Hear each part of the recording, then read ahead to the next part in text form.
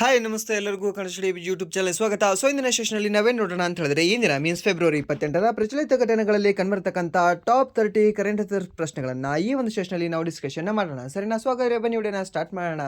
Video start ಮಾಡೋಕ್ಕಿಂತ ಮುಂಚೆ video ಕೊನೆವರೆಗೂ ನೋಡಿ ಅಂತ ಹೇಳ್ತಾ ಹಾಗೆ ವಿಡಿಯೋ ಕೊನೆವರೆಗೂ ನೋಡಿದ ನಂತರ ವಿಡಿಯೋ ಇಷ್ಟ ಆದರೆ ಪ್ಲೀಸ್ ವಿಡಿಯೋನ ಲೈಕ್ ಮಾಡಿ, ಸಬ್ಸ್ಕ್ರೈಬ್ ಮಾಡಿ. ಇಫ್ ನಿಮಗೆ ವಿಡಿಯೋ ಇಷ್ಟ ಆಗಲಿಲ್ಲ ಅಂದರೆ ಆಬ್ವಿಯಸ್ಲಿ ಡಿಸ್ಲೈಕ್ ಮಾಡಿ ಅಂತ ಹೇಳ್ತಾ ಹಾಗೆ ಈ ಮುಂಬರ್ತಕ್ಕಂತಹ SSC GD ಹಾಗೆ RRB group and then D group ಎಕ್ಸಾಮ್ಗೆ ಕೇಳಬಹುದಾದ ಪ್ರಮುಖ GK ಕ್ಲಾಸ್ಗಳನ್ನು ನಾವು ಮಾಡ್ತಾ ಇದ್ದೀವಿ. ಪ್ಲೀಸ್ ನೀವು GK ಕ್ಲಾಸ್ಗಳನ್ನು ಯಾರು ನೋಡಿಲ್ಲ ಅಲ್ವಾ, ಪ್ಲೇಲಿಸ್ಟಲ್ಲಿ ಹೋಗಿ ಚೆಕ್ ಮಾಡ್ಕೊಂಡು ನೀವು ನೋಡ್ಕೊಳ್ಬಹುದು. ಖಂಡಿತವಾಗ್ಲೂ ಸಹ ನಿಮಗೆ ಉಪಯೋಗ ಆಗುತ್ತೆ. ಉಪಯೋಗ ಆಗೋಕ್ಕಿಂತ ಜಾಸ್ತಿ ನಿಮಗೆ ಎಕ್ಸಾಮಲ್ಲಿ ಕ್ವಶನ್ ಬಂದೇ ಬರುತ್ತೆ. ಓಕೆ, ಹಾಗಾದರೆ ಬನ್ನಿ ಮೊದಲ ಪ್ರಶ್ನೆ ಏನಿದೆ ಅಂತ ನೋಡೋಣ. ಏನಿದೆ ಮೊದಲ ಪ್ರಶ್ನೆ?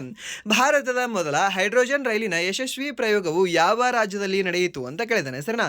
ಯಾವ ರಾಜ್ಯದಲ್ಲಿ? ಪಂಜಾಬಲ್ಲಿ, ಹರಿಯಾಣದಲ್ಲಿ, ರಾಜಸ್ಥಾನದಲ್ಲಿ ಮತ್ತು ಗುಜರಾತಲ್ಲಿ ಅಂತ ಕೊಟ್ಟಿದ್ದಾರೆ. ಇದಕ್ಕೆ ಸರಿಯಾದ ಉತ್ತರ ಯಾವುದಾಗುತ್ತೆ? ಇದಕ್ಕೆ ಸರಿಯಾದ ಉತ್ತರ ಬಂದ್ಬಿಟ್ಟು ಆಪ್ಷನ್ ಬಿ ಅಂತ ಹೇಳ್ತೀವಿ. ಯಾವುದು? ಈ ಒಂದು ಹರಿಯಾಣದಲ್ಲಿ. ಮೀನ್ಸ್ ಯಾವ ಮಾರ್ಗಗಳ ಮಧ್ಯ ಅಂತ ಕೇಳಿದ್ರೆ ಜಿಂದ್ ಟು ಸೋನೆಪತ್ ಅಂತ ಹೇಳಿದೆ. ಸರಿನಾ?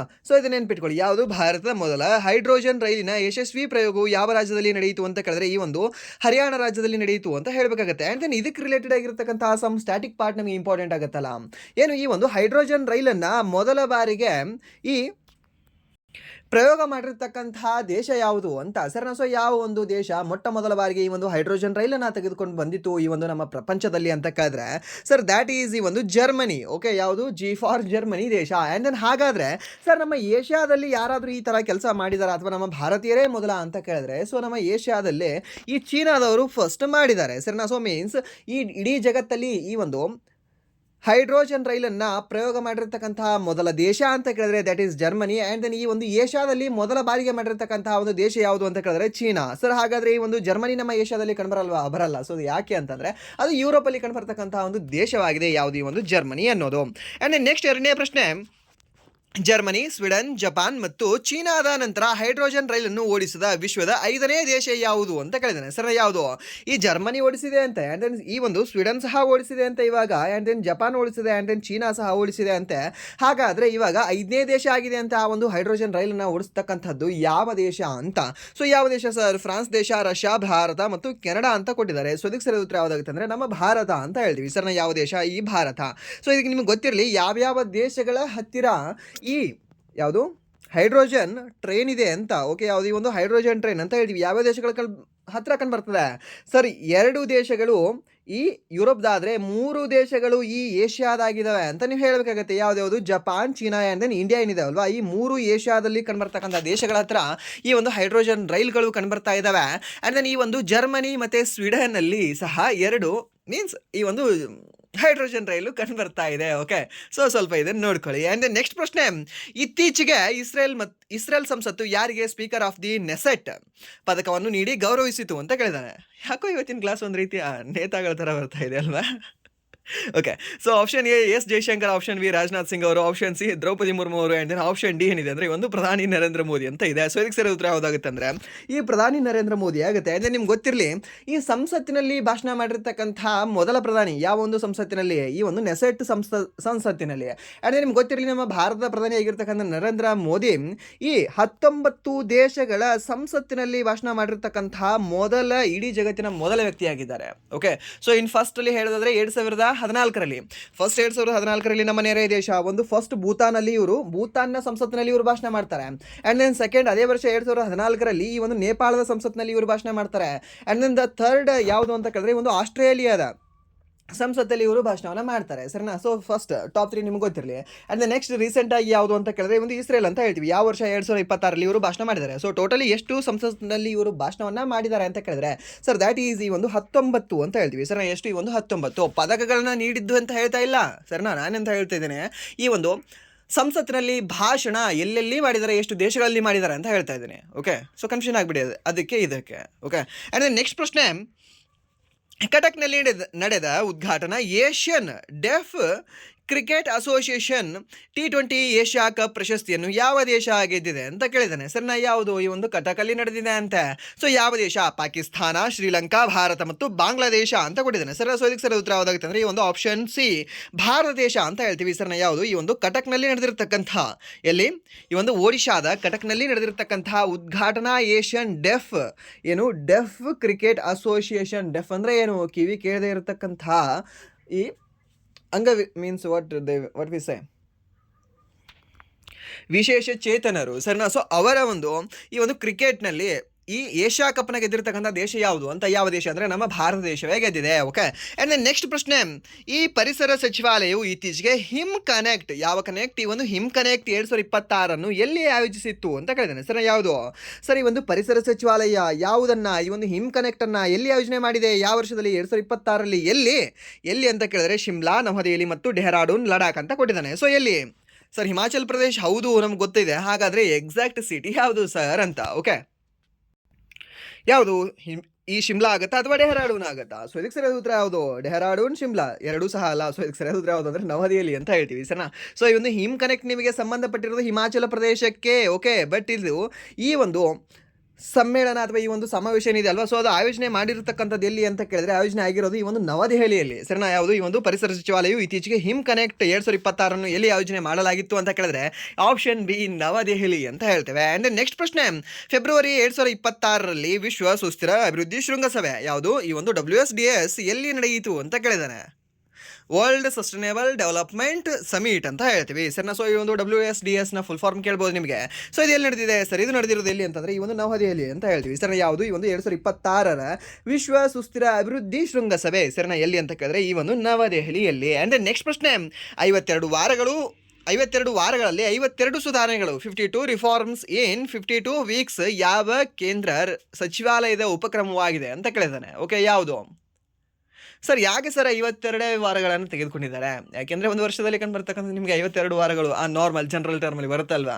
ಸೊ ಅದಕ್ಕೆ ಒಂದು 52 ವಾರಗಳನ್ನು ತೆಗೆದುಕೊಂಡಿದ್ದಾರೆ ಸರ್. ಸೊ ಮೀನ್ಸ್ ಇದು ಯಾವುದು ಅಂತ ಕೇಳಿದ್ರೆ ಒಂದು ರೈಲ್ವೆ ಸಚಿವಾಲಯ ಅಂತ ಹೇಳ್ತೀವಿ ಸರ್. ಯಾವುದು ಈ ಒಂದು ರೈಲ್ವೆ ಸಚಿವಾಲಯ ಯಾವ ಒಂದು ಉಪಕ್ರಮವನ್ನು ತೆಗೆದುಕೊಂಡಿದೆ ಅಂತ ಕೇಳಿದ್ರೆ 52 ರಿಫಾರ್ಮ್ಸ್ ಇನ್ 52 ವೀಕ್ಸ್ ಅಂತ ಕೊಟ್ಟಿದ್ದಾನೆ ಸರ್. ಸೊ ಮೀನ್ಸ್ 52 ವಾರಗಳಲ್ಲಿ 52 ಸುಧಾರಣೆಗಳನ್ನು ನಾವು ಮಾಡ್ತೀವಿ ಅನ್ನುವ ಒಂದು ಉಪಕ್ರಮವನ್ನು ಅವರು ಹಾಕ್ಕೊಂಡಿದ್ದಾರೆ. ಯಾರು? ಈ ಒಂದು ರೈಲ್ವೆ ಸಚಿವಾಲಯ. ಓಕೆ, ಆ್ಯಂಡ್ ನೆಕ್ಸ್ಟ್, ಇತ್ತೀಚೆಗೆ ಇನ್ಸ್ಟಾಗ್ರಾಮ್ನಲ್ಲಿ 10 ಕೋಟಿ ಅನುಯಾಯಿಗಳನ್ನು ಹೊಂದಿದ ವಿಶ್ವದ ಮೊದಲ ನಾಯಕ ಯಾರು? ನಮ್ಮ ಭಾರತ ಪ್ರಧಾನಮಂತ್ರಿ. ಆ್ಯಂಡ್ ನೆಕ್ಸ್ಟ್ ಪ್ರಶ್ನೆ, ಈ ಪಾರ್ಸಲ್ ಮತ್ತು ಸರಕು ಸಾಗಣೆಗಾಗಿ next gen rail parcel app ಅನ್ನು ಯಾವ ರೈಲ್ವೆ ಸಚಿವಾಲಯ ಪ್ರಾರಂಭಿಸಿದೆ ಅಂತ ಹೇಳಿದ್ದೇನೆ ಸರ್. ಯಾವುದು ಸರ್, ಈ ಒಂದು SCR ಉತ್ತರ ರೈಲ್ವೆನ, ಪಶ್ಚಿಮ ರೈಲ್ವೆನ ಅಥವಾ ಈ ಒಂದು ಪೂರ್ವ ರೈಲ್ವೆ ಅಂತ?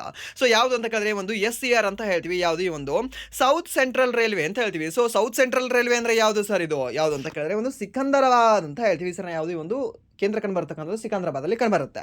ಸೊ ಈ ಒಂದು ಪಾರ್ಸಲ್ ಮತ್ತು ಸರಕು ಸಾಗಣೆಗಾಗಿ ನೆಕ್ಸ್ಟ್ ಜೆನ್ ರೈಲು ಪಾರ್ಸಲ್ ಆ್ಯಪನ್ನು ಬಿಡುಗಡೆ ಮಾಡಿರ್ತಕ್ಕಂತಹ ಒಂದು ರೈಲ್ವೆಯ ಜೋನ್ ಯಾವುದು ಅಂತ ಕೇಳಿದ್ರೆ ಒಂದು SCR ಅಂತ ಹೇಳ್ತೀವಿ. ಯಾವುದು? ಒಂದು ಸೌತ್ ಸೆಂಟರ್ ರೈಲ್ವೆ ಅಂತ ಸರ್. ನಾವು ಸೌತ್ ಕೋಸ್ಟ್ ರೈಲ್ವೆ ಅಲ್ಲ, ಸೌತ್ ಸೆಂಟರ್ ರೈಲ್ವೆ. ಓಕೆ, ಇದನ್ನು ಸಹ ನೆನ್ಪಿಟ್ಕೊಳ್ಳಿ. ಆ್ಯಂಡ್ ನೆಕ್ಸ್ಟ್ ಪ್ರಶ್ನೆ, ನವದೆಹಲಿಯಲ್ಲಿ ನಡೆದ ಇತ್ತೀಚೆಗೆ ಉದ್ಯೋಗಿಗಳ ರಾಜ್ಯ ವಿಮಾ ನಿಗಮ ಯಾವ ಸಂಸ್ಥಾಪನಾ ದಿನವನ್ನು ಆಚರಿಸಿತು ಅಂತ ಕೇಳಿದಾನೆ. ಉದ್ಯೋಗಿಗಳ ರಾಜ್ಯ ವಿಮಾ ನಿಗಮ ಸರ್ ಎಷ್ಟನೇದು? 50ನೇದು, 60, 75 ಮತ್ತು 100 ಅಂತ ಕೊಟ್ಟಿದ್ದಾನೆ. ಸೊ ಇದಕ್ಕೆ ಸರಿ ಉತ್ತರ ಯಾವುದಾಗುತ್ತೆ ಅಂದರೆ ಆಪ್ಷನ್ ಸಿ 75ನೇ ವಾರ್ಷಿಕೋತ್ಸವ ಅಂತ ಹೇಳ್ತೇವೆ. ಓಕೆ, ಆ್ಯಂಡ್ ನೆಕ್ಸ್ಟ್ ಪ್ರಶ್ನೆ, ಇತ್ತೀಚೆಗೆ ಸುದ್ದಿಯಲ್ಲಿದ್ದ ರೋಮಾರಿ, ಡೊಂಡುವಾ, ಭಿಲ್ ಮತ್ತು ಲಾವೋಖೋವಾ ವನ್ಯಜೀವಿ ಅಭಯಾರಣ್ಯಗಳು ಯಾವ ರಾಜ್ಯದಲ್ಲಿ ಕಂಡುಬರ್ತವೆ ಅಂತ ಕೇಳಿದಾನೆ ಸರ್. ಯಾವ್ದು ಸರ್? ಸೊ ನಿಮಗೆ ಯೂಸ್ ಆಗುತ್ತೆ ನೋಡಿ, SSC ಎಕ್ಸಾಮ್ ಬರೀರ್ತಕ್ಕಂಥವ್ರಿಗೆ ಸ್ಪೆಷಲಿ. ಸೊ ಯಾವ್ದು? ರೋಮಾರಿ, ಡೊಂಡುವಾ, ಭಿಲ್, ಹಾಗೆ ಈ ಒಂದು ಲಾವೋಖೋವಾ ವನ್ಯಜೀವಿ ಅಭಯಾರಣ್ಯಗಳು ಸರಿನಾ. ಸೊ ಇವೆರಡೂ ಸಹ ಯಾವ ರಾಜ್ಯದಲ್ಲಿ ಕಂಡುಬರ್ತವೆ ಅಂತ? ಯಾವ ರಾಜ್ಯದಲ್ಲಿ ಸರ್? ಅಸ್ಸಾಮಲ್ಲಿ ಕಂಡುಬರುತ್ತೆ, ಮಣಿಪುರದಲ್ಲಿ, ಒಡಿಶಾದಲ್ಲಿ ಮತ್ತು ಕೇರಳದಲ್ಲಿ ಅಂತ. ಸೊ ಏನಾದರೂ ಮಧ್ಯಪ್ರದೇಶ ಆಪ್ಷನ್ ಇತ್ತಂದರೆ ಮಧ್ಯಪ್ರದೇಶ ಫಸ್ಟೇ ನಾವು ಹಾಕ್ತಿದ್ವಿ. ಯಾಕೆ ಅಂತ ಕೇಳಿದ್ರೆ ಸರ್ ಇಲ್ಲಿ ಬಿಲ್ ಅಂತ ಇದೆ. ಸೊ ಬಿಲ್ ಬುಡಕಟ್ಟೆ ಬೇರೆ ಅಂದರೆ ನೀವು ಒಂದು ರೋಮಾರಿ, ಡೊಂಡುವಾ, ಬಿಲ್ ಎನ್ನುವ ಒಂದು ವನ್ಯಜೀವಿ ಅಭಯಾರಣ್ಯವೇ ಬೇರೆ ಅನ್ನೋದು ನಮಗೆ ಇವಾಗ ಗೊತ್ತಾಗುತ್ತೆ. ಓಕೆ, ಸೊ ಹಾಗಾದರೆ ಯಾವ ಒಂದು ರಾಜ್ಯದಲ್ಲಿ ಕಂಡುಬರುತ್ತೆ ಅಂತ? ಯಾವ ರಾಜ್ಯ sir? That is Assam, Manipur, Odisha ಮತ್ತು ಕೇರಳ ಅಂತ ಕೊಟ್ಟಿದ್ದಾನೆ. ಸೊ ಇದಕ್ಕೆ ಸರಿ ಉತ್ತರ ಯಾವುದಾಗುತ್ತೆ ಅಂದರೆ ಆಪ್ಷನ್ ಎ ಅಸ್ಸಾಂ ಅಂತ ಹೇಳ್ತೀವಿ ಸರ್. ಯಾವುದೇ ಒಂದು ರೋಮಾರಿ, ಡೊಂಡುವಾ, ಬಿಲ್ ಮತ್ತು ಈ ಒಂದು ಲಾವೋಖೋವಾ ವನ್ಯಜೀವಿ ಅಭಯಾರಣ್ಯಗಳು ಕಂಡುಬರ್ತಕ್ಕಂತಹ ರಾಜ್ಯ ಯಾವುದು ಅಂತ ಕೇಳಿದ್ರೆ ಸರ್ ದ್ಯಾಟ್ ಈಸ್ ಈ ಒಂದು ಅಸ್ಸಾಂ ಅಂತ ಹೇಳ್ತೇವೆ. ಓಕೆ, ಯಾವುದು ರಾಜ್ಯ? ಈ ಒಂದು ಅಸ್ಸಾಂ ರಾಜ್ಯ ಇಂಪಾರ್ಟೆಂಟ್ ಆಗುತ್ತೆ. ಆ್ಯಂಡ್ ನೆಕ್ಸ್ಟ್ ಪ್ರಶ್ನೆ, ಅಧಿಕೃತ ಆಧಾರ್ ಕೇಂದ್ರಗಳ ಮಾಹಿತಿ ಪ್ರದರ್ಶಿಸಲು UIDAI ಯಾವ ತಾಂತ್ರಿಕ ಕಂಪನಿಯೊಂದಿಗೆ ಒಪ್ಪಂದ ಮಾಡಿಕೊಂಡಿದೆ ಅಂತ ಕೇಳಿದ್ದೇನೆ ಸರ್. ಯಾವ ಒಂದು ಕಂಪನಿಯೊಂದಿಗೆ ಒಪ್ಪಂದ ಮಾಡಿಕೊಂಡಿದೆ ಸರ್ ಇದು? UIDAI ಯಾವುದು ಅಂದರೆ ಈ ಒಂದು ಗೂಗಲ್ ಸಂಸ್ಥೆಯ ಜೊತೆಗೆ ಅಂತ ಹೇಳ್ತೀವಿ ಸರ್. ಯಾವ ಸಂಸ್ಥೆ ಅಂದರೆ ಈ ಒಂದು ಗೂಗಲ್ ಸಂಸ್ಥೆ. ಆ್ಯಂಡ್ ನೆಕ್ಸ್ಟ್ ಪ್ರಶ್ನೆ, ಭಾರತಕ್ಕೆ ಮೊದಲ ಅಧಿಕೃತ ಭೇಟಿ ನೀಡಲಿರುವ ಮಾರ್ಕ್ ಕಾರ್ನೆ ಯಾವ ದೇಶದ ಪ್ರಧಾನಿ ಅಂತ ಕೊಟ್ಟಿದ್ದಾರೆ ಸರ್. ಯಾರು ಈ ಒಂದು ಮಾರ್ಕ್ ಕಾರ್ನೆ ಅವರು? ಯಾವ ದೇಶದವರು? ಆಸ್ಟ್ರೇಲಿಯಾ ದೇಶದವರ ಸರ್. ಸೊ ಆಸ್ಟ್ರೇಲಿಯಾ ದೇಶದವರ, ಆ್ಯಂಡ್ ಕೆನಡಾ ದೇಶದವರ, ನ್ಯೂಜಿಲೆಂಡ್ ದೇಶದವರ, ಇಲ್ಲಾಂದರೆ ಇಟಲಿ ದೇಶದವರ ಅಂತ ಕೊಟ್ಟಿದ್ದಾರೆ. ಸೊ ಇದಕ್ಕೆ ಸರಿ ಉತ್ತರ ಯಾವುದಾಗುತ್ತೆ ಹೇಳ್ಬೋದಾ? ಯಾರು ಯಾವ ದೇಶ ಅಂದರೆ ಈ ಇತ್ತೀಚೆಗೆ ಪ್ರಧಾನಮಂತ್ರಿ ಆಗಿರ್ತಕ್ಕಂಥ 2025ರಲ್ಲಿ ಈ ಮಾರ್ಕ್ ಕಾರ್ನೆ ಅವರು ಕೆನಡಾ ದೇಶದ PM ಆಗಿದ್ದಾರೆ. ಓಕೆ, ಯಾವ ದೇಶದ ಅಂದರೆ ಈ ಒಂದು PM ಕೆನಡಾ ದೇಶದ PM ಆಗಿದ್ದಾರೆ. ಓಕೆ, ನಿಮಗೆ ಗೊತ್ತಿರಲಿ ಕೇಳಬಹುದು. ಆ್ಯಂಡ್ ನಿಮಗೆ ಇನ್ನೊಂದು ಸಹ ಗೊತ್ತಿರಲಿ, ಏನು ಜಗತ್ತಿನ 2ನೇ ಅತಿ ದೊಡ್ಡ ದೇಶ ಯಾವುದು? ಕೆನಡಾ ದೇಶ. ಓಕೆ, ಆ್ಯಂಡ್ ನೆಕ್ಸ್ಟ್ ಪ್ರಶ್ನೆ, ಈ ಎಲೆಕ್ಟ್ರಾನಿಕ್ಸ್ ಮತ್ತು ಮಾಹಿತಿ ತಂತ್ರಜ್ಞಾನ ಸಚಿವಾಲಯವು ಯಾವ ಸಂಸ್ಥೆಯ ಸಹಯೋಗದೊಂದಿಗೆ ಬ್ಲಾಕ್ ಚೈನ್ ಇಂಡಿಯಾ ಚಾಲೆಂಜ್ ಪ್ರಾರಂಭಿಸಿತು ಅಂತ ಕೇಳಿದಾನೆ. ಓಕೆ, ಯಾವುದು ಈ ಒಂದು ಬ್ಲಾಕ್ ಚೈನ್ ಇಂಡಿಯಾ ಚಾಲೆಂಜನ್ನು ಪ್ರಾರಂಭ ಮಾಡಿರ್ತಕ್ಕಂತಹ ಸಂಸ್ಥೆ ಯಾವುದು? ಯಾವ ಸಚಿವಾಲಯ ಜೊತೆ ಸೇರಿ? ಈ ಒಂದು ಎಲೆಕ್ಟ್ರಾನಿಕ್ಸ್ ಮತ್ತು ಮಾಹಿತಿ ತಂತ್ರಜ್ಞಾನ ಸಚಿವಾಲಯ ಜೊತೆ ಸೇರಿ ಅಂತ ಹೇಳ್ತೇವೆ. ಸರಿ, ಯಾವುದು? ಈ ಎಲೆಕ್ಟ್ರಾನಿಕ್ಸ್ ಮತ್ತು ಮಾಹಿತಿ ತಂತ್ರಜ್ಞಾನ ಸಚಿವಾಲಯ ಜೊತೆ ಸೇರಿದೆ. ಯಾವುದು?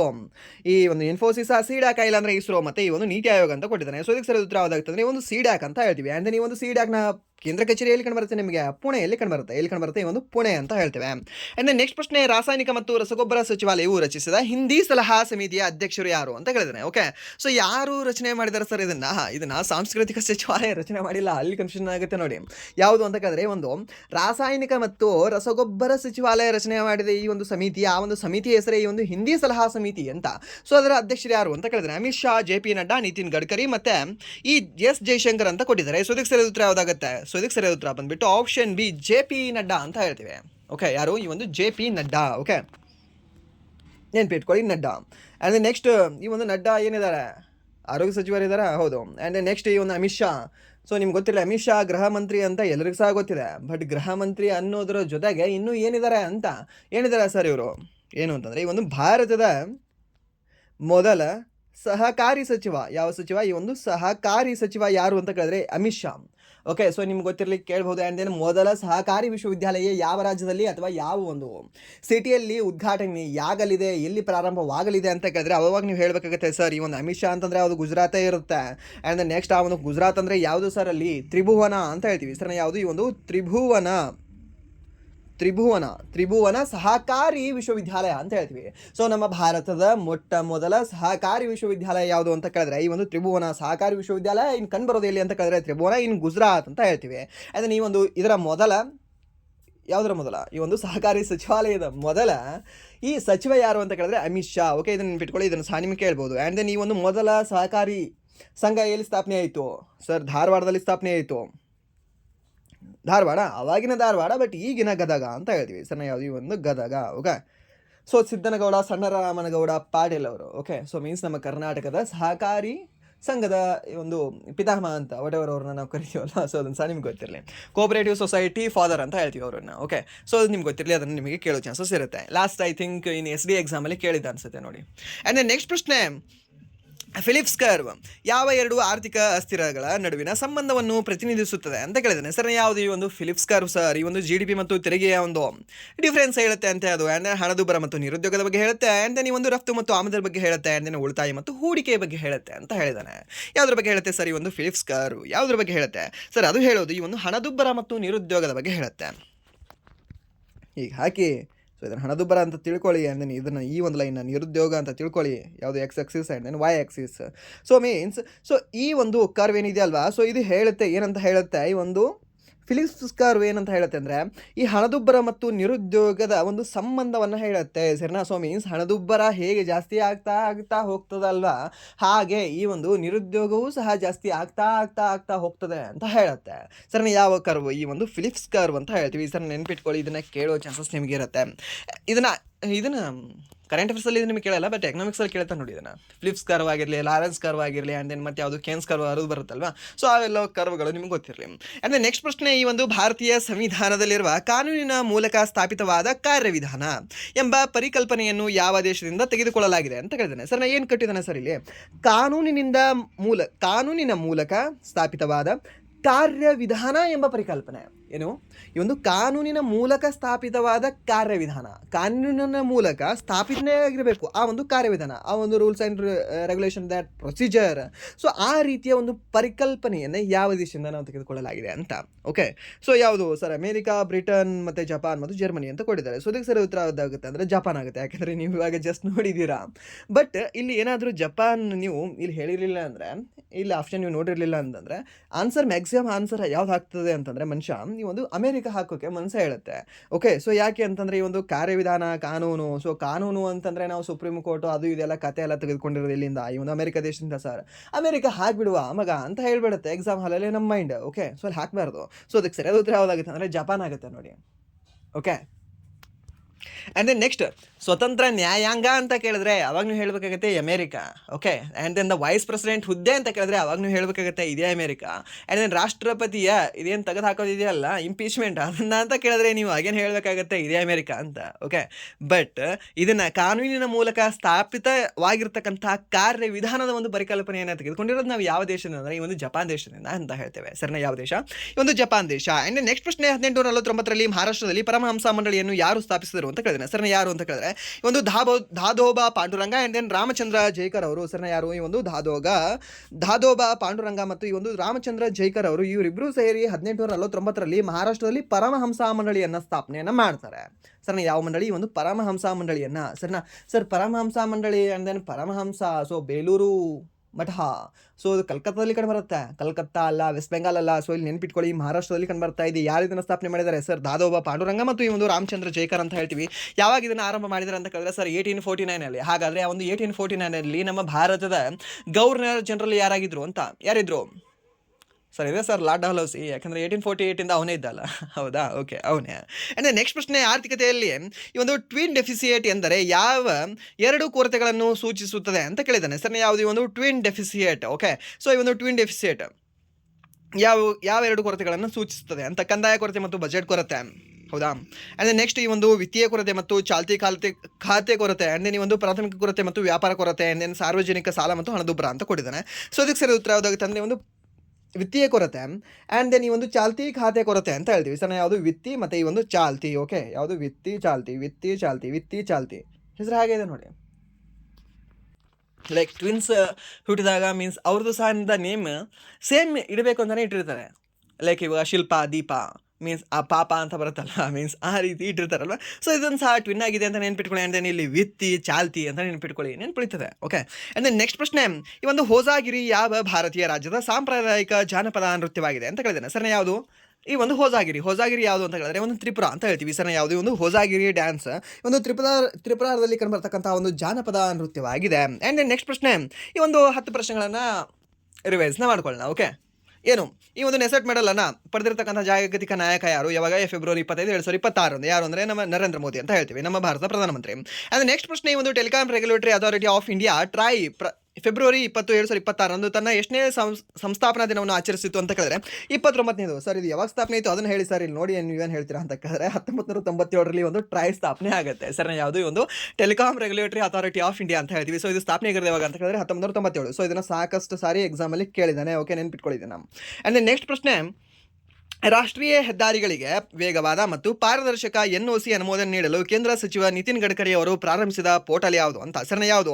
ಈ ಒಂದು ಆಪ್ಷನ್ ಬಿ ರಾಜಮಾರ್ಗ್ ಪ್ರವೇಶ್ ಪೋರ್ಟಲ್ 2.0 ಅಂತ ಹೇಳ್ತೀವಿ. ಆ್ಯಂಡ್ ನೆಕ್ಸ್ಟ್ ಪ್ರಶ್ನೆ, ಈ ಒಂದು ರಾಷ್ಟ್ರೀಯ ಆರೋಗ್ಯ ಮೇಳ 2026 ರಾಷ್ಟ್ರಪತಿ ದ್ರೌಪದಿ ಮುರ್ಮು ಅವರು ಎಲ್ಲಿ ಉದ್ಘಾಟನೆ ಮಾಡಿದರು ಅಂತ? ಎಲ್ಲಿ ಅಂತ ಕೇಳಿದ್ರೆ ಈ ಒಂದು ಮಹಾರಾಷ್ಟ್ರದ ಶೇಗಾಂವ್ ಅಂತ ಹೇಳ್ತೀವಿ. ಸರ್ ಎಲ್ಲಿ? ಒಂದು ಮಹಾರಾಷ್ಟ್ರದ ಶೇಗಾಂವ್ ಅಲ್ಲಿ ಇವರು ಉದ್ಘಾಟನೆ ಮಾಡಿದ್ದಾರೆ. ಆ್ಯಂಡ್ ನೆಕ್ಸ್ಟ್ ಪ್ರಶ್ನೆ, ಈ ಯಾವುದು ಏಮ್ಸ್ ಅಲ್ಲ, ಯಾವುದು ಯಾವ ಸಂಸ್ಥೆಯು AI ಲೈವ್ ಸ್ಟ್ರೀಮ್ ಆರೋಗ್ಯ ಕಾರ್ಯಕ್ರಮದ ಮೂಲಕ ಅತಿ ಹೆಚ್ಚು ವೀಕ್ಷಕರನ್ನು ಪಡೆದು ಗಿನ್ನಿಸ್ ದಾಖಲೆ ನಿರ್ಮಿಸಿದೆ ಅಂತ ಕೇಳಿದ್ದೇನೆ. ಸರ್ ಯಾವುದು ಅಂತ ಕೇಳಿದ್ರೆ ಒಂದು national board of economics in medical sciences ಅಂತ ಹೇಳ್ತೀವಿ. ಸರ್ ಸೊ ಇದು ಅತಿ ಹೆಚ್ಚು ಲೈವ್ ಸ್ಟ್ರೀಮ್ನ ಪಡೆದು ಇದು ಗಿನ್ನಿಸ್ ದಾಖಲೆಯನ್ನು ಮಾಡಿದೆ. ಆ್ಯಂಡ್ ನೆಕ್ಸ್ಟ್ ಪ್ರಶ್ನೆ, ಈ ಒಂದು AI ತಂತ್ರಜ್ಞಾನ ಸಹಕಾರಕ್ಕಾಗಿ ಇತ್ತೀಚೆಗೆ ಸಿಟ್ಯಾಕ್ AI ಕಾರಿಡಾರ್ ಆರಂಭಿಸಲು ಒಪ್ಪಂದ ಮಾಡಿಕೊಂಡಿರತಕ್ಕಂಥ ದೇಶ ಯಾವುದು ಅಂತ? ಭಾರತದ ಜೊತೆಗೆ ಯಾವುದು ಸರ್? ಫ್ರಾನ್ಸ್ ದೇಶ, ಆ್ಯಂಡ್ ದೆನ್ ಈ ಒಂದು ಸ್ವೀಡನ್ ದೇಶ, ಜರ್ಮನಿ ಮತ್ತು ರಷ್ಯಾ ಅಂತ ಕೊಟ್ಟಿದ್ದೇನೆ. ಸೊ ಇದಕ್ಕೆ ಸರಿ ಉತ್ತರ ಯಾವುದಾಗಿತ್ತು ಅಂದರೆ ಆಪ್ಷನ್ ಬಿ ಸ್ವೀಡನ್ ಅಂತ ಹೇಳ್ತೇವೆ. ಆ್ಯಂಡ್ ನೆಕ್ಸ್ಟ್ ಪ್ರಶ್ನೆ, ವನ್ಯಜೀವಿ ಸಂರಕ್ಷಣಾ ಮತ್ತು ಹವಾಮಾನ ಬದಲಾವಣೆ ತಡೆಗೆ ಸಂಬಂಧಿಸಿದಂತೆ ಫೆಬ್ರವರಿ 2026 ಭಾರತವು ಯಾವ ನೆರೆಯ ದೇಶದೊಂದಿಗೆ ಒಪ್ಪಂದಕ್ಕೆ ಸಹಿ ಹಾಕಿದೆ ಅಂತ? ಸರ್ ವನ್ಯಜೀವಿ ಅಂತಂದರೆ ನೇಪಾಳದವರೇನೋ ಸ್ವಲ್ಪ ಫ್ರೆಂಡ್ಲಿ ನೇಚರ್ ಇದ್ದಾರೆ ಅವರು. ಸೊ ನೇಪಾಳದವರು ಅಂತ ನೀವು ಆನ್ಸರ್ ಹೇಳ್ಬೋದು. ಆ್ಯಂಡ್ ದೆನ್ ನೆಕ್ಸ್ಟ್ ಪ್ರಶ್ನೆ, ಈ ಕಲಾರಿ ಲೀಪ್ ಯಾವುದು? ಈ ಒಂದು ಕಲಾರಿ ಲೀಪ್ ಎಂಬ ಜಂಟಿ ಕಡಲ ವ್ಯಾಯಾಮ ಇತ್ತೀಚೆಗೆ ಎಲ್ಲಿ ನಡೆಯಿತು ಅಂತ ಹೇಳಿದ್ರೆ ಸರ್ ಯಾವುದು ಸರಿ? ಒಂದು ಕಲಾರಿ ಲೀಪ್ ನಡೆದಿರೋದು ನಿಮಗೆ ಎಲ್ಲಿ ಅಂದರೆ ಈ ಲಕ್ಷದ್ವೀಪದಲ್ಲಿ ಆ್ಯಂಡ್ ದೆನ್ ಮಿನಿಕಾಯ್ಗಳಲ್ಲಿ ಅಂತ ಹೇಳ್ತೀವಿ. ಸರ್ ಮಿನಿಕಾಯ್ ದ್ವೀಪಗಳಲ್ಲಿ, ಎಸ್ಪೆಷಲಿ ಮಿನಿಕಾಯ್ ದ್ವೀಪಗಳಲ್ಲಿ ನಡೆದಿದೆ. ಮೀನ್ಸ್ ಇಲ್ಲಿ ಆಪ್ಷನ್ ಡಿ ಇದೆಯಾ ಮಿನಿಕಾಯ್ ಅಂತ? ಇಲ್ಲ ಲಕ್ಷದ್ವೀಪನೇ ಕೊಟ್ಟಿದ್ದಾನೆ. ಓಕೆ, ಸೊ ಮೀನ್ಸ್ ಈ ಮಿನಕಾಯಿಗಳು ಸಹ ನಿಮಗೆ ಕಂಡುಬರೋದಿಲ್ಲ, ಲಕ್ಷದ್ವೀಪದಲ್ಲಿ ಕಂಡುಬರ್ತಾವಲ್ವ. ಸೊ ಅದಕ್ಕೆ ನೀವು ಆಪ್ಷನ್ ಬಿ ಅಂತ ಹೇಳ್ಬೋದು. ಸರಿನಾ, ಇದು ನೆನ್ಪಿಟ್ಕೊಳ್ಳಿ, ಕಲಾರಿ ಲೀಪ್. ಸೊ ಈ ಒಂದು ಜಂಟಿ ಕಡಲ ವ್ಯಾಯಾಮ ಎಲ್ಲಿ ನಡೆದಿದೆ ಅಂತ ಕೇಳಿದ್ರೆ ಒಂದು ಲಕ್ಷದ್ವೀಪದಲ್ಲಿ ನಡೆದಿದೆ. ಸೊ ಸ್ಪೆಷಲಿ ಹೇಳಿದ್ರೆ ಮಿನಕಾಯಿ ದ್ವೀಪಗಳು ಅಂತ ಹೇಳ್ತೇವೆ. ಆ್ಯಂಡ್ ನೆಕ್ಸ್ಟ್ ಮರಿಬೇಡಿ, ನಿಮಗೆ ಎಕ್ಸಾಮಲ್ಲಿ ಬಂದೇ ಬರುತ್ತೆ, ನಿಮಗೆ ಏನಾದರೂ ಇವಾಗಲೇ ನಾನು ಬರ್ದು ಕೊಡ್ತೇನೆ. ಓಕೆ, ಏನಂತ ಅಂದರೆ ಈ ವಜ್ರ ಪ್ರಹಾರ್. ಓಕೆ, ಸೊ ಈ ಒಂದು ವಜ್ರ ಪ್ರಹಾರ್ ಎಷ್ಟನೇ ಆವೃತ್ತಿ ಆಗಿದೆ? 16ನೇ ಆವೃತ್ತಿ ಆಗಿದೆ. ಓಕೆ, 16th ಆವೃತ್ತಿ ಆಗಿದೆ. ಎಲ್ಲಿದು ನಡೆದಿದೆ? ನಮ್ಮ ಭಾರತ ಮತ್ತು ಅಮೆರಿಕದ ಒಂದು ವಜ್ರ ಪ್ರಹಾರ ಅಂತ ಕೇಳಿದ್ರೆ ಹಿಮಾಲಯದಲ್ಲಿ ನಡೆದಿದೆ, ಹಿಮಾಚಲ್ ಪ್ರದೇಶದಲ್ಲಿ. ಓಕೆ, ಇಲ್ಲಿ ಒಂದು ಹಿಮಾಚಲ್ ಪ್ರದೇಶ ಅಂತ. ಆ್ಯಂಡ್ ನೆಕ್ಸ್ಟ್ ಈ ಒಂದು ಧರ್ಮ ಗಾರ್ಡಿಯನ್ ಎಂಬ ಒಂದು ಜಂಟಿ ವ್ಯಾಯಾಮ ಸಹ ನಡೆದಿದೆ. ಯಾವುದು? ಈ ಒಂದು ಧರ್ಮ ಗಾರ್ಡಿಯನ್ ಎಷ್ಟನೇ ಆವೃತ್ತಿ ಆಗಿದೆ ಸರ್? 7ನೇ ಆವೃತ್ತಿ ಆಗಿದೆ. ಆ್ಯಂಡ್ ಈ ಒಂದು ಧರ್ಮಕ್ಕೆ ಉತ್ತರ ಯಾರು ಕೊಡ್ತಾರೆ? ಉತ್ತರಾಖಂಡದವರೇ ಕೊಡಬೇಕು. ಸೊ ಮೀನ್ಸ್ ಈ ಒಂದು ಉತ್ತರಾಖಂಡ್ ಅಂತ ಹೇಳ್ತೀವಿ ಸರ್, ಉತ್ತರಾಖಂಡ. ಸೊ ಇದು ಎಷ್ಟನೇ ಆವೃತ್ತಿ ಆಗಿದೆ? 7ನೇ ಆವೃತ್ತಿ ಆಗಿದೆ. ಯಾವುದು? ಈ ಒಂದು ಧರ್ಮ ಗಾರ್ಡಿಯನ್ ಯಾವ್ಯಾವ ದೇಶಗಳ ಮಧ್ಯೆ ನಡೀತಿದೆ? ನಮ್ಮ ಭಾರತ ಮತ್ತು ಈ ಜಪಾನ್ ಮಧ್ಯ. ಓಕೆ, ಸೊ ಇದ್ರ ಮೇಲೆ ನಿಮಗೆ ಫಿಕ್ಸ್ ಕ್ವಶನ್ ಬಂದೇ ಬರುತ್ತೆ. ಓಕೆ, ನೀವು ಬರೆದು ಕೊಡ್ತೇನೆ. ಸುಮ್ಮನೆ ಒಂದು ಗೂಗಲಲ್ಲಿ ಸರ್ಚ್ ಮಾಡ್ತಿದ್ದೆ, which is the best current affairs channel ಇನ್ ಕನ್ನಡ ಅಂತ. ಓಕೆ, ಕನ್ನಡ ಸ್ಟಡಿ ಬಂತು. ಓಕೆ, ಸೊ ನಾನೇ shock first of all. But ಅದಕ್ಕೆ ನಿಜವಾಗ್ಲೂ ವ್ಯಾಲಿಡ್ ರೀಸನ್ ಕೊಡಬೇಕು ಅಂತ ನಿಮ್ಗೆ ಹೇಳ್ತಾ ಇದ್ದೀನಿ. ಓಕೆ, ಈ ಎಲ್ಲ ಕ್ವಶನ್ಗಳು ಬರ್ತವೆ ಅಂತ. ಸೊ ಬರ್ತವೆ, ಓದ್ಕೊಳ್ಳಿ ಅಷ್ಟೇ. ಓಕೆ, ಆ್ಯಂಡ್ ನೆಕ್ಸ್ಟ್ ಪ್ರಶ್ನೆ, ಈ ಒಂದು ಕ್ಲಾಸಿನ 9ನೇ ಪ್ರಶ್ನೆ. ಸೊ 29ನೇ ಪ್ರಶ್ನೆ, ಈ ಕೆಳಗಿನವುಗಳಲ್ಲಿ ಯಾವುದು ಜಮ್ಮು ಕಾಶ್ಮೀರದಲ್ಲಿರುವ ಪ್ರಮುಖ ಸರೋವರವಾಗಿದೆ ಅಂತ ಕೇಳಿದ್ರೆ ಸರ್, ಈ ಒಂದು ಚಿಲ್ಕಾ ಸರೋವರ ಎಲ್ಲಿ ಕಂಡುಬರುತ್ತೆ? ಚಿಲ್ಕಾ ಸರೋವರ ನಿಮಗೆ ಒಡಿಶಾದಲ್ಲಿ ಕಂಡುಬರುತ್ತೆ. ಈ ಒಂದು ಮಾನಸಬಲ್ ಸರೋವರ ಏನಿದೆಯಲ್ವಾ, ಸೊ ಇದು ಕಂಡುಬರೋದು ನಿಮಗೆ ಜಮ್ಮು ಕಾಶ್ಮೀರದಲ್ಲಿ ಕಂಡುಬರುತ್ತೆ. ಯಾವುದೇ ಒಂದು ಮಾನಸಬಲ್ ಅನ್ನುವ ಸರೋವರ. ಆ್ಯಂಡ್ ದೆನ್ ಪುಲ್ಗಾಡ್ ಸರೋವರ ನಿಮಗೆ ಆಂಧ್ರ ಪ್ರದೇಶದಲ್ಲಿ ಕಂಡುಬರುತ್ತೆ. ಆ್ಯಂಡ್ ದೆನ್ ಲೋಕ್ಟಾಕ್ ಸರೋವರ ನಿಮಗೆ ಮಣಿಪುರದಲ್ಲಿ ಕಂಡುಬರುತ್ತೆ. ಓಕೆ, ಇದನ್ನು ನೆನ್ಪಿಟ್ಕೊಳ್ಳಿ. ಆ್ಯಂಡ್ ಈ ಒಂದು ಕ್ಲಾಸಿನ ಕೊನೆಯ ಪ್ರಶ್ನೆ, ಆ್ಯಂಡ್ ನಿಮ್ಮ ಹೋಮ್ವರ್ಕ್ ಪ್ರಶ್ನೆ, ಇತ್ತೀಚೆಗೆ ಇಸ್ರೇಲ್ ಪ್ರಧಾನಿ ಬೆಂಜಮಿನ್ ನೆತನ್ಯಾಹು ಅವರ ಆಹ್ವಾನದ ಮೇರೆಗೆ ನರೇಂದ್ರ ಮೋದಿಯವರು ಕೈಗೊಂಡ ಪ್ರವಾಸವು ಅವರ ಎಷ್ಟನೇ ಇಸ್ರೇಲ್ನ ಭೇಟಿಯಾಗಿದೆ ಅಂತ ಕೇಳಿದಾನೆ ಸರ್. ಎಷ್ಟನೇ ಇಸ್ರೇಲ್ನ ಭೇಟಿಯಾಗಿದೆ ಅಂತ. ಓಕೆ, ಸೊ ಇದನ್ನ ಹೋಮ್ವರ್ಕ್ ಆಗಿ ತಗೊಳ್ಳಿ. ಆ್ಯಂಡ್ ದೆನ್ ಈ ಒಂದು ಹೋಮ್ವರ್ಕ್ಗೆ ನೀವು ಆನ್ಸರ್ ಮಾಡಿ ಅಂತ ಹೇಳ್ತಾ, ಸೊ ಇಲ್ಲಿವರೆಗೂ ಕ್ಲಾಸ್ ಕೇಳಿದ್ದಕ್ಕೆ ಫಸ್ಟ್ ಆಫ್ ಆಲ್ ಧನ್ಯವಾದಗಳು. ಆ್ಯಂಡ್ ದೆನ್ ಇಲ್ಲಿವರೆಗೂ ಕ್ಲಾಸ್ ಕೇಳಿ ನಿಮಗೆ ಏನಾದರೂ ಕ್ಲಾಸ್ ಇಷ್ಟ ಆಗಿದ್ರೆ ಪ್ಲೀಸ್ ಈ ಒಂದು ಕ್ಲಾಸ್ನ ಲೈಕ್ ಮಾಡಿ, ಸಬ್ಸ್ಕ್ರೈಬ್ ಮಾಡಿ. ಇಫ್ ನಿಮಗೆ ಕ್ಲಾಸ್ ಇಷ್ಟ ಆಗಿಲ್ಲ ಅಂದರೆ ಸೊ ಆಬ್ವಿಯಸ್ಲಿ ಡಿಸ್ಲೈಕ್ ಮಾಡಿ ಅಂತ ಹೇಳ್ತಾ, ಸೊ ಇಲ್ಲಿಗೆ ವಿಡಿಯೋ ಎಂಡ್ ಮಾಡ್ತಿದ್ದೀನಿ. Once again thank you so much.